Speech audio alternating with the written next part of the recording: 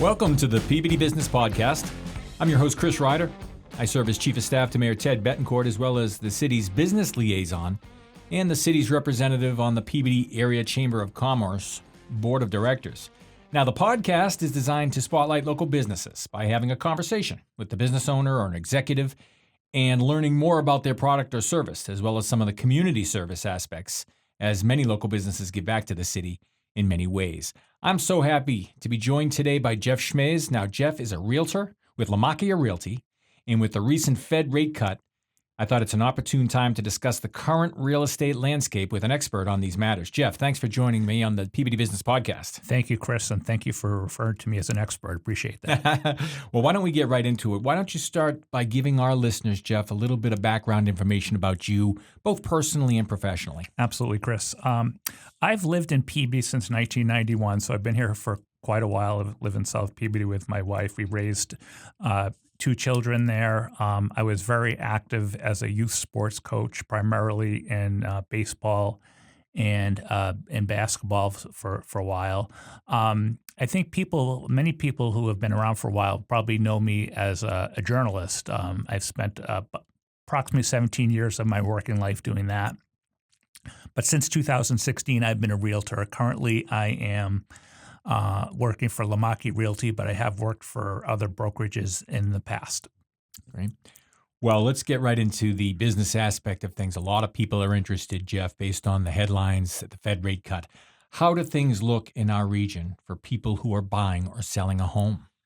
That's a great question, Chris. First of all, I just want to talk a little bit about the Fed rate cut. Please. So I think there's a big misunderstanding that there's a direct correlation between the Fed rate cut and mortgage rates.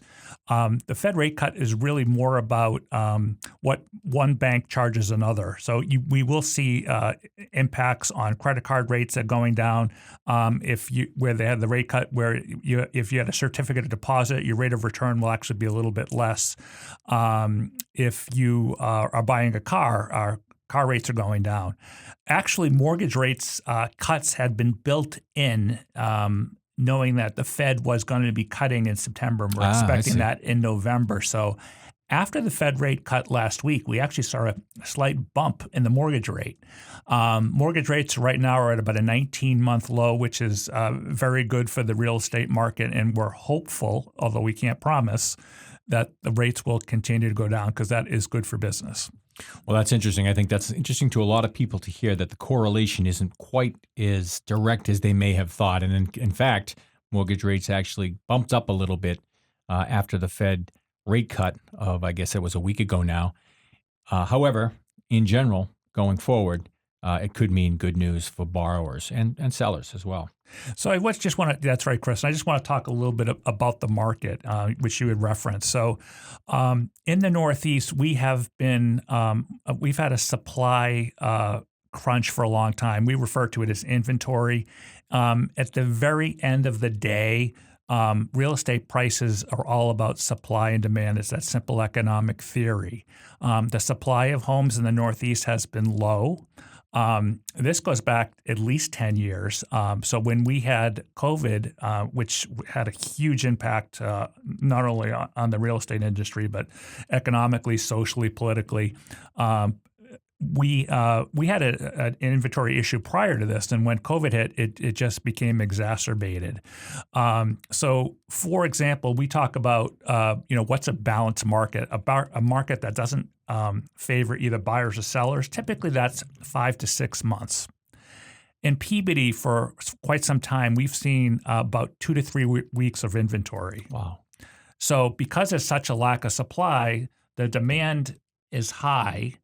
Which pushes prices up. Now, the problem with that, Chris, is in the interim, after COVID hit, let me just take a step back, 2021, 2022 range, mortgage rates went down to the low twos. And a lot of that has to do with not only COVID and the effect of the impact, but the bond market and so on and so forth. So while that was really great for homeowners, I'll be honest with you, I took advantage of it. I refinanced to a 15-year mortgage, and my mortgage is less than 2.5%.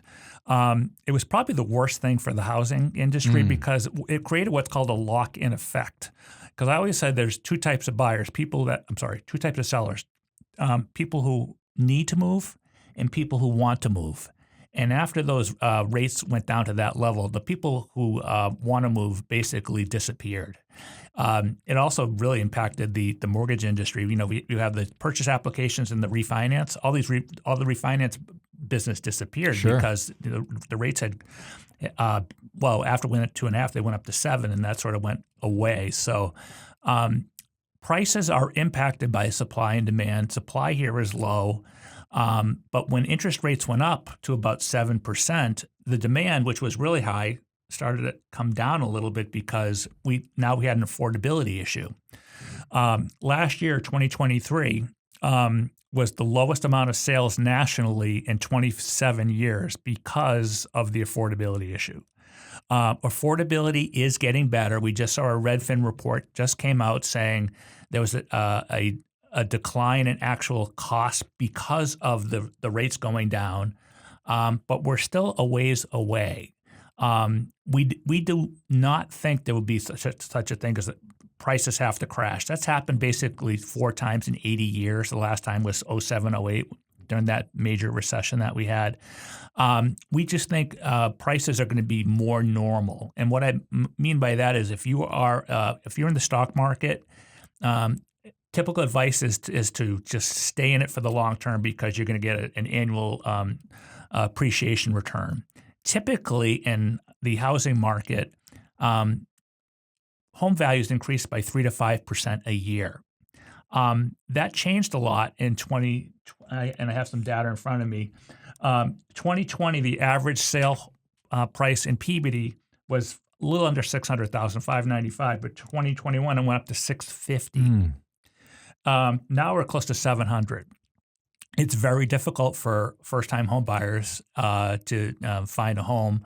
I honestly don't know how they do it. I think we see a lot of helps from other sources, third-party sources. There are down payment resources available, but that also impacts the renting. You know, renting here is not cheap either, and it's not just Peabody. It's Boston, it's New York, it's Providence, the entire Northeast. Right. Well, that's a great look at the macro kind of conditions of the market here in the region, Jeff. But let's talk specifically about your business. Who are your customers? Are they young families? Are they seniors looking to downsize, students, et cetera? Yeah. Who are your customers? The short answer is everybody. But the longer answer is I have been focusing lately on seniors who are looking to downsize, people who have been in their homes for a long period of time, because they're going to be facing issues such as, the upkeep of the property, dealing with stairs. They may be retired. They may want to move in closer to family who are not there with them. So, I've had some good fortune lately of working with longtime sellers who need help with such as cleaning the house out, cleaning it, moving, staging. So, I have resources and vendors for that, and that's kind of been my focus lately. But, I also work with first-time home buyers because, there's probably the most satisfying part of the business is helping someone get that first property because it still is the American dream. It's tricky though, because of the prices that we're dealing with. So people who are able to afford it, helping them get there is very satisfying. I'm sure that's a very fulfilling part of the job. What are some of the ways that you generate leads for new business? Well, we try in the real estate industry, we try to stay top of mind. So, it's having conversations with people. These are people typically who because, people do business with people that they know, like, and trust. Trust being the most important part because this is the biggest expense in someone's life typically. So, I stay in touch with my sphere through regular communication. I do a monthly newsletter. I do a lot of social media videos, typically on the market through Instagram, LinkedIn, Facebook. I do direct mailers a lot. Usually it's called farming. Usually it's to people in my neighborhood or near where I live because people either know me or know that I usually say that I'm a neighbor, longtime realtor, so just staying in touch with it. But you have to come across from a perspective of service and relationships. You can't have what we call commission breath because people see right through that. Sure they do. and referrals in terms of happy, satisfied customers, I'm sure, as part of that business as well. And that's a huge part. So, we always collect testimonials and reviews and get that information out to people so that they can talk to them to describe the experience they had with me and realize that they know who they're dealing with. Well, you did mention that you're active on social media. You regularly record short videos, Jeff, that provide market updates, kind of a high visibility look at the market. I think this is very valuable because you help position yourself as an industry expert, who's somebody who's paying attention to what's actually going on in the industry, and not just an agent who helps with a transaction. So I guess, have you received positive feedback or people who say, I saw your videos, and has that helped the business?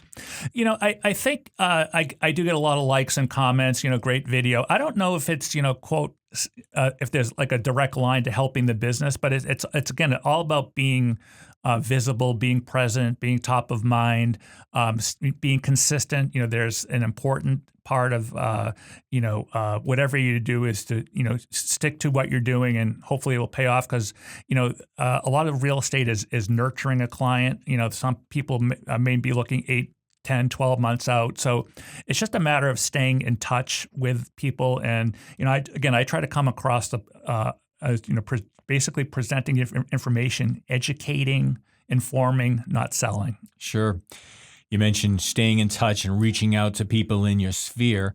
Some of those skills you probably learned during your career in journalism. Yeah, again, thank you. Yeah, I met a lot of people as a journalist, so I think people kind of got to know me a little bit in the type of work that I did, and to someone who could be trusted if something, hey, Jeff, this is off the record, it would not appear in print. Someone who took the time to gather the information. It's the same in real estate. It's building relationships. It's building trust.